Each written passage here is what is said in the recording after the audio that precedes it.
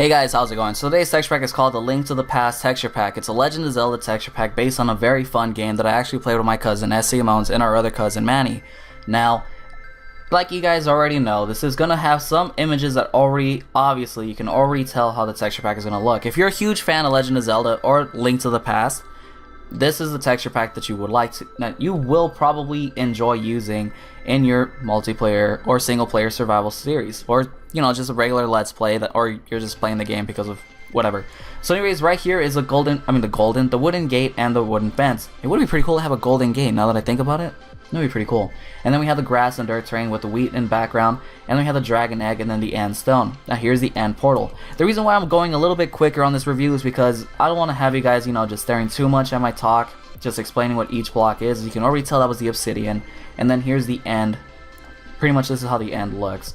So the mobs, well, Enderman wise, they haven't been changed. Dragon hasn't changed either, but only the obsidian and the beacons that heal the dragon itself. But the rays and everything else look the same.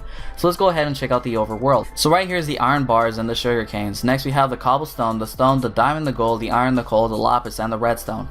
Now, only the gold and the diamond have repetitive images. The gold and the iron have repetitive images along with the coal and the lapis azul. Actually, you know what? I think only the gold. No, actually each one has its own specific little design. My mistake. But here's the bedrock, and right here are the other blocks. The lapis lazuli has its animation into that block. And then we have, your moss, just your moss items pretty much, your glass blocks.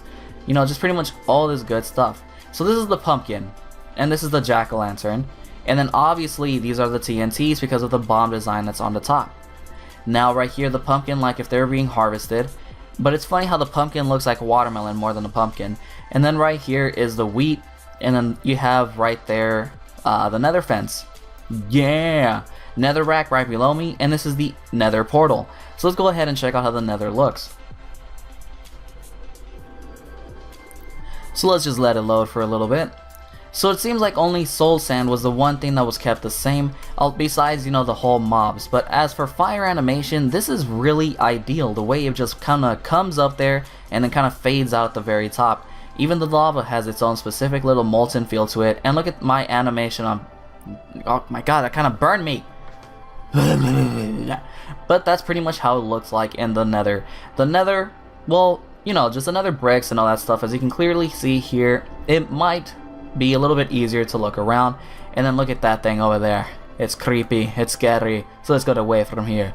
Let's go back and check out how the overworld looks. But this is pretty much how the nether looks. It's extremely smooth, even with all the little nice animation feels to it. And it's supposed to capture the exact same feel of Link to the Past, which I want to play again. All I need now is my GameCube and a Game Boy Advance and the game itself. Yeah. So right here is the regular tree, spruce tree, birch tree, and jungle tree with the whole little maple leaf on the blocks. And then right here is the vines. The vines, you know what I mean. And then right here is the lever. Even the ocean has its own little feel. The water does have some animations, and it is a little bit dark, like you cannot see through it whatsoever. It's kind of like those black what am I thinking of, like black windows, or tinted windows, my mistake, where one side you can see through. Well, this is pretty much how it looks like. But it is a really good animation, and I love it because you can seriously feel like you're playing, Zelda. So soul sand is the one thing that has been left alone, at least from what it looks like. And I just saw a villager just like running for its life. I think it broke out of my fence. And then the glowstone, and then the furnace, and then the enchantment table, and then I believe even the anvils themselves have been left the same also. Here's a jungle plank, again with a jungle block, the emerald block, emerald ore, and the emerald design. The nether chest has also been left the same. Ender chest, my mistake, ladies and gentlemen, my mistake. But this is how it looks. Well, the diamond sword does have a little bit of a different design, but the GUI and stuff, it hasn't been changed. It's just been left the same. Nether quartz ore, you have your pillar, chiseled, block, and then your block of redstone, your hopper, dropper, activator rails have been left the same, snow panes all around the gravel, and now let's check out the items that have been put into the picture frames. Now you can see some items have been left alone and other items have been changed, which is good, except for the music discs and the mob eggs have been left alone, even the rest of the stuff like the nether star, gold nugget, and blaze rod.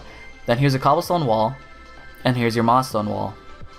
Then you have your pot, then your skeleton, creeper, Steve skin, zombie, and even the Wither and Beacon. So it looks like mobs have not been entirely changed, as you guys can already tell from the little masks that they have there. And yeah, that villager actually just did get out of my fence. How did that happen? Is that one holding an egg?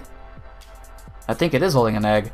But anyways, the only mob that has been changed is the mushrooms, and I don't understand how these mobs are getting out of my fence. I'm gonna have to build it a little bit bigger. But anyways, those are the mobs.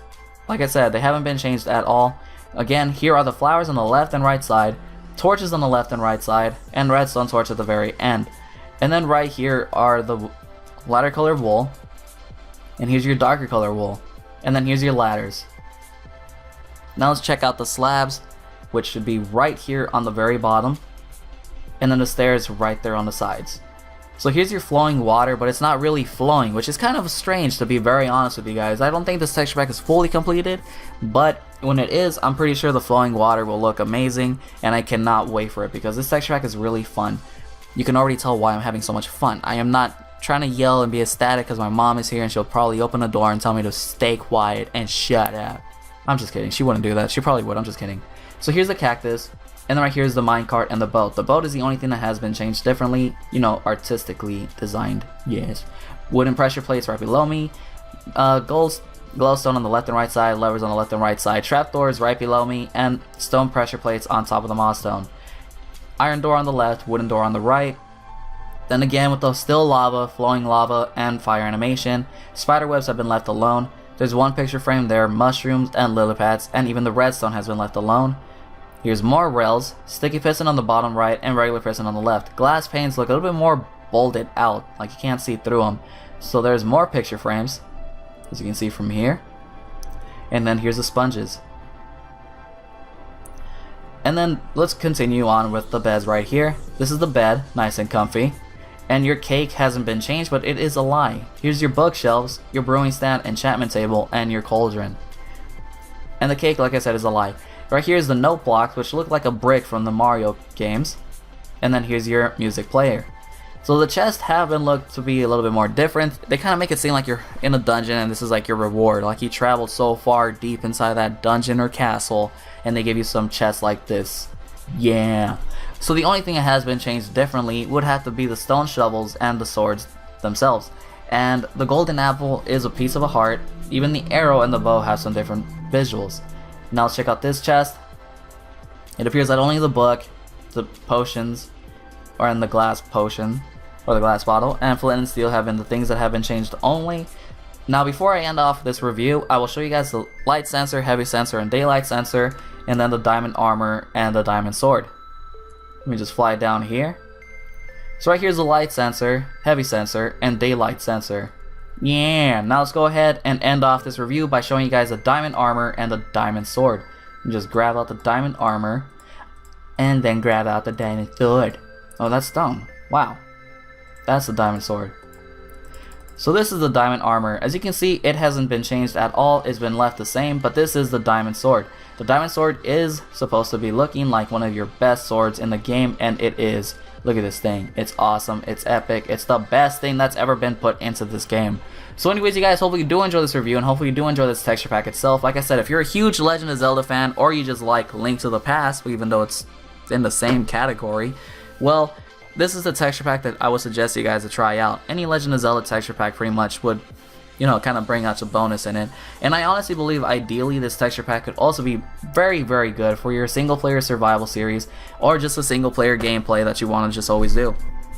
But like I said, the villages look amazing, even though I didn't show you guys anything. But like I said, I am working on a new world where I will have some buildings next to it, and I will have mobs being spawned out all the time, so you guys can just see me just go right through it a little bit quicker than I normally have my videos.